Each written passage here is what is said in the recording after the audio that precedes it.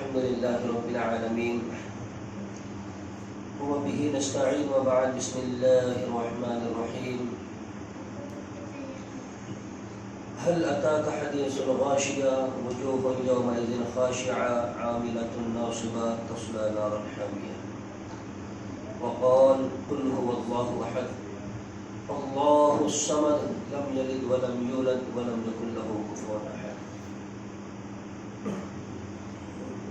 تمام قسم کی تعریفات اللہ سبحانہ و تعالی ہی کے لیے ہی لازم و سزاوار ہے. محترم حاضرین، اللہ رب العزت کی بڑی مہربانی رہی ہے اور اس کا فضل و کرم رہا ہے کہ جس کی بدولت آج جو ہے رمضان المبارک کی آخری تراویح تھی، تو جس میں ہمارا قرآن جو ہے کیا ہوا؟ قرآن کیا ہوا؟ مکمل ہوا. قرآن ختم نہیں ہوتا ہے. تو قرآن مجید الحمدللہ ہمارا مکمل ہوا ہے. باوجود کچھ پریشانیاں آنے کے بھی اس میں کوئی رکاوٹ الحمدللہ نہیں آ سکی. تو یہ یقیناً اللہ تبارک و تعالیٰ کی مہربانی ہی ہے جو اس نے ہمارے اپنے دلوں کی صفائی اور دلوں کی نیتوں کو دیکھ کر جو ہے مکمل کیا ہے. ورنہ حالات تو ایسے بنے تھے کہ پورا قرآن مجید سننا ناممکن سا ہو گیا تھا. تو یہ ہمارے لیے بڑی خوشی کی بات ہے، لیکن ایک بات ہمارے لیے مصیبت اور پریشانی والی یہ بھی ہے کہ رمضان چونکہ اب اختتام پر ہے اور کئی مرتبہ انسان جو ہے خوش ہوتا ہے کہ اب آخری تراویح ہے، اب روز روز یہ 8 رکعت 1 گھنٹہ تراویح. تو اس میں انسان کو خوش ہونے کے بجائے افسوس کرنا چاہیے. اتنا مبارک مہینہ جو ہماری بخشش کا اور مغفرت کا مہینہ تھا، ایسا مہینہ جو ہمیں دونوں جہانوں میں کامیاب کرنے والا مہینہ تھا، ایسی عبادتیں جو سال بھر ہمیں نصیب ہونے والی نہیں، اور چاہ کر بھی کئی مرتبہ شیطان جو ہے ہمیں 8 رکعت پڑھنے، تہجد پڑھنے اور دیگر رمضان کی طرح عبادتیں کرنے سے جو ہے روکنے کی کوشش کرتا ہے. اور بسا اوقات دماغ میں یہ خیال بھی ڈال دیتا ہے کہ رمضان میں تو سارا صفایا ہو گیا ہے گناہوں کا، اب جیسی تیسی جو فرائض وغیرہ ہیں اس کو ادا کرتے رہو، اللہ اللہ خیر صلی. اس گمان میں انسان جو ہے بقیہ ایام کو گزار دیتا ہے. تو یہ ہمارے لیے افسوسناک خبر ہے کہ سعودی میں چاند بھی دکھ گیا ہے اور کل سے انشاءاللہ ہماری تراویح یہاں پر نہیں ہوگی. تو آج کی تراویح کے اندر جو ہے ہم نے آخری کا آدھا پارہ مکمل کیا ہے، سورہ غاشیہ سے لے کر سورہ ناس تک. تو یہ کافی لمبی صورتیں ہیں. تو مختصر جو مخصوص آیتیں ہیں، ویسے تو سارا کا سارا قرآن مجید مخصوص ہے، خاص ہے. کسی آیت، کسی لفظ، کسی حرف کے بارے میں ہم یہ نہیں کہہ سکتے کہ یہی مخصوص ہے باقی مخصوص نہیں، بلکہ یہ اللہ کا کلام ہے اور پورا کا پورا کلام جو ہے یہ پوری مکمل خصوصیات سے بھرا ہوا ہے. اب میں اپنی تیاری کے حساب سے جو ہے چند صورتوں کے فضائل اور ان کی خصوصیات کو انشاءاللہ بیان کروں گا. تو سب سے پہلے سورہ غاشیہ ہے. اس سورہ مبارکہ کے اندر اللہ رب العزت نے 2 جگہوں کے لوگوں کا ذکر فرمایا. سب سے پہلے اہل جہنم، جن کو اللہ رب العالمین جو ہے ذلت و رسوائی کے ساتھ میں جہنم میں داخل کریں گے، اور اس کے بعد ان کو جو کھانے پینے کو جو دیا جائے گا وہ انسان تو کیا کسی جانور کے بس کی بھی بات نہیں ہے کہ وہ کھانا وہ کھا سکے. ہضم کرنا، پیٹ میں داخل کرنا تو بہت دور کی بات ہے. گرم کھولتا ہوا پانی اور زقوم جیسے خطرناک درخت کے پھل جو ہے اللہ رب العالمین جہنمیوں کو دیں گے. اور اسی کے بالمقابل اہل جنت جب وہ جنت میں جائیں گے تو اللہ رب العالمین کے فضل و کرم سے انہیں جو ہے عالی شان اور بلند مقامات عطا کیے جائیں گے. اور ساتھ ہی جنت میں ہر طرح کی خوشی اور سرور کی محفلیں اور ایسی بھی خوشیاں کہ انسان جن کا تصور نہیں کر سکتا. ایسی زبردست خوشیوں کے اللہ رب العالمین جو ہے جنتیوں کو رکھیں گے۔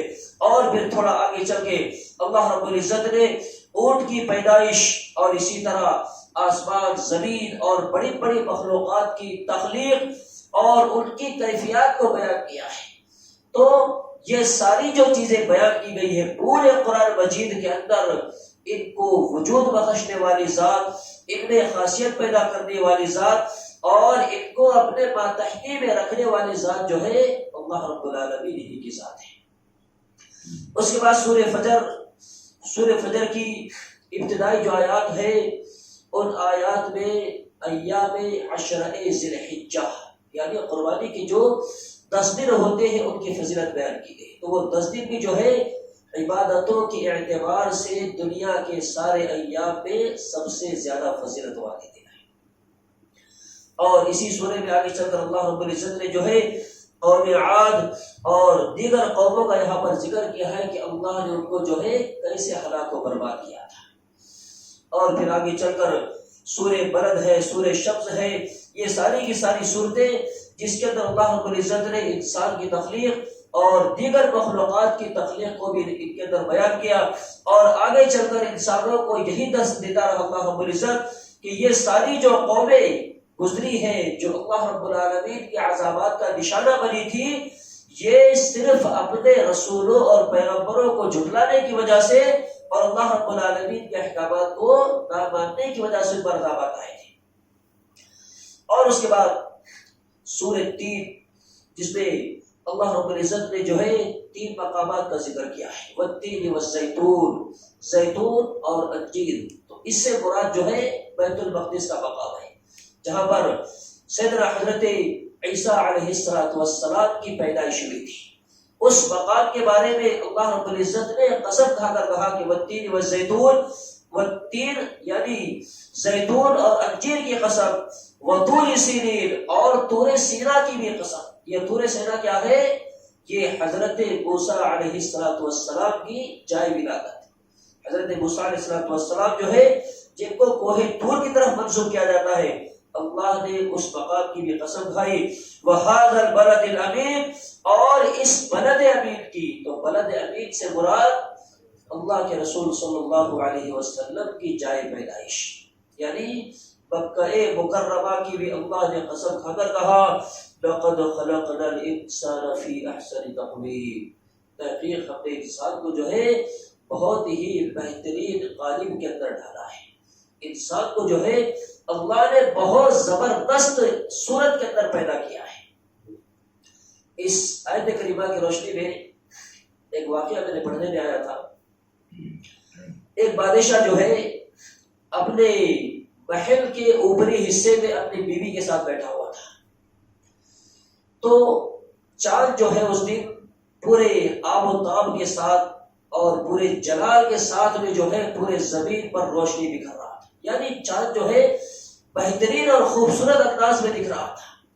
تو بادشاہ نے جو ہے اس وقت اپنی بیوی کے سامنے چاند کی تعریف کی کہ کتنا خوبصورت چاند ہے، کتنا خوبصورت چاند ہے۔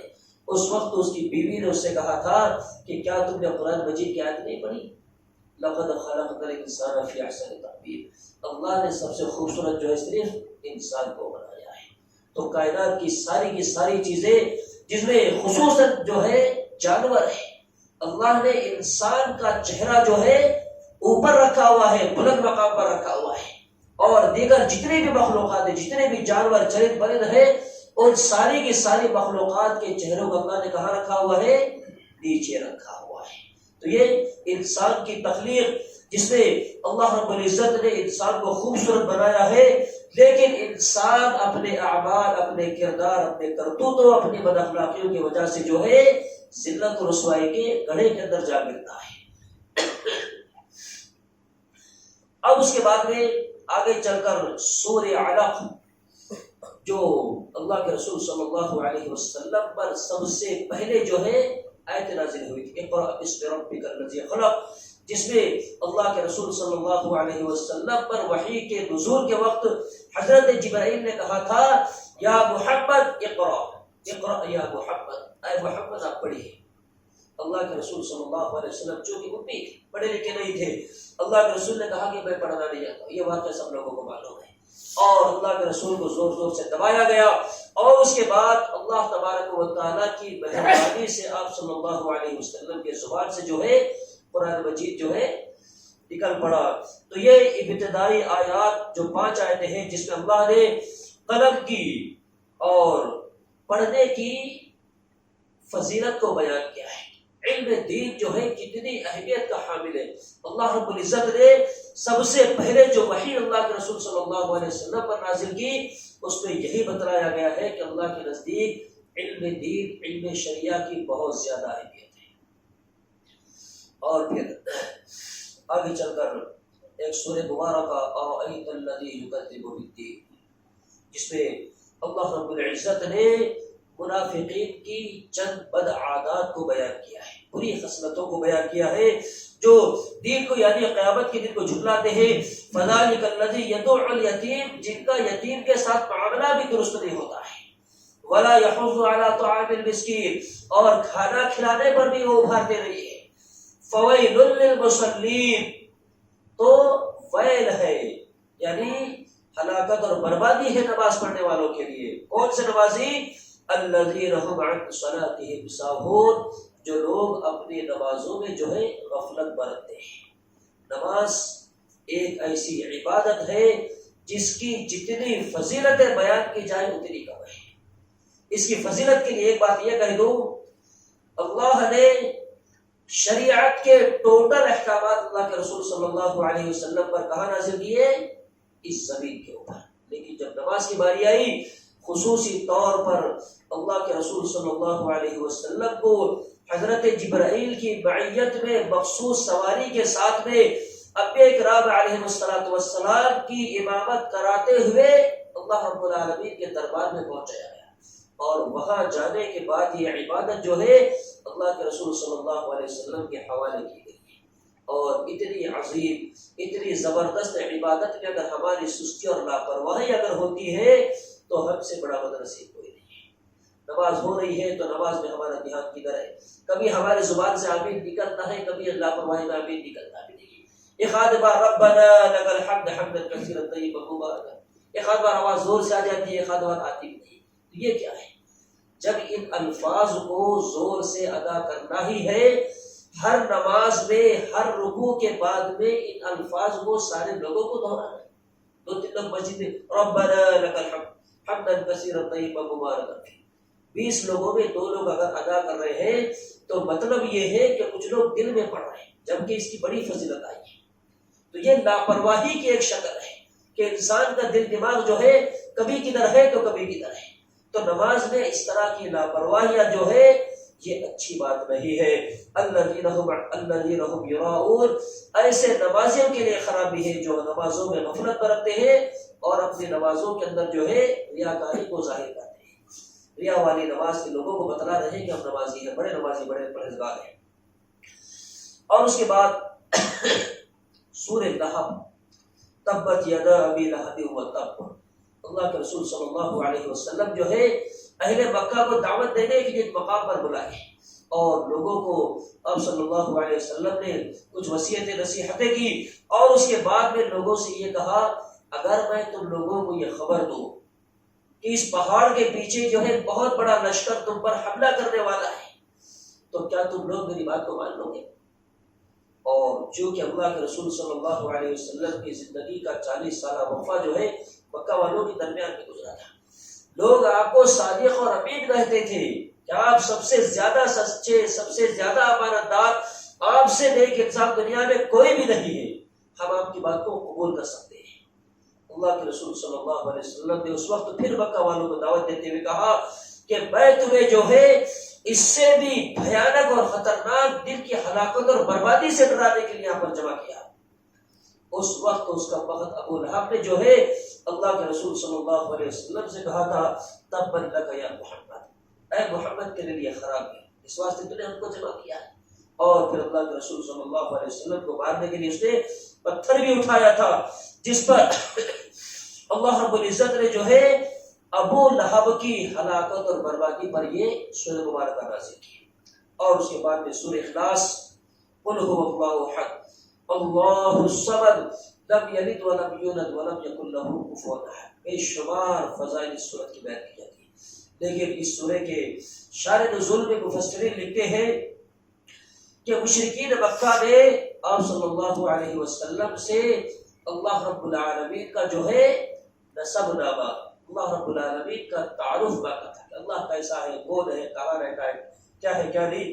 اس پر یہ سورہ مبارکہ نازل ہوئی. اے نبی آپ کہہ دیجئے کہ اللہ جتا ہے، اکیلا ہے. اللہ الصمد، اللہ بے نیاز ہے، اس کو کوئی چیز کی ضرورت نہیں، بیوی بچے گھر دار کاروبار یہ ساری چیزوں کی کوئی اس کو ضرورت نہیں ہے. لم یلد ولم یولد، نہ وہ کسی کی اولاد ہے نہ اس کی کوئی اولاد ہے، وہ کچھ نہیں ہے، وہ انسانوں کی طرح مخلوقات کی طرح نہیں ہے.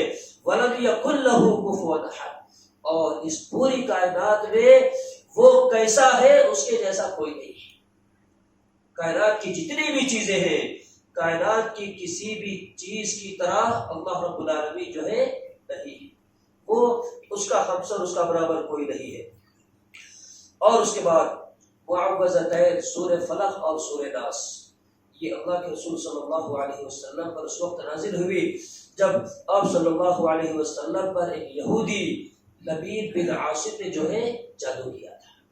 تو جادو کے اثر سے اللہ کے رسول بیمار ہو گئے.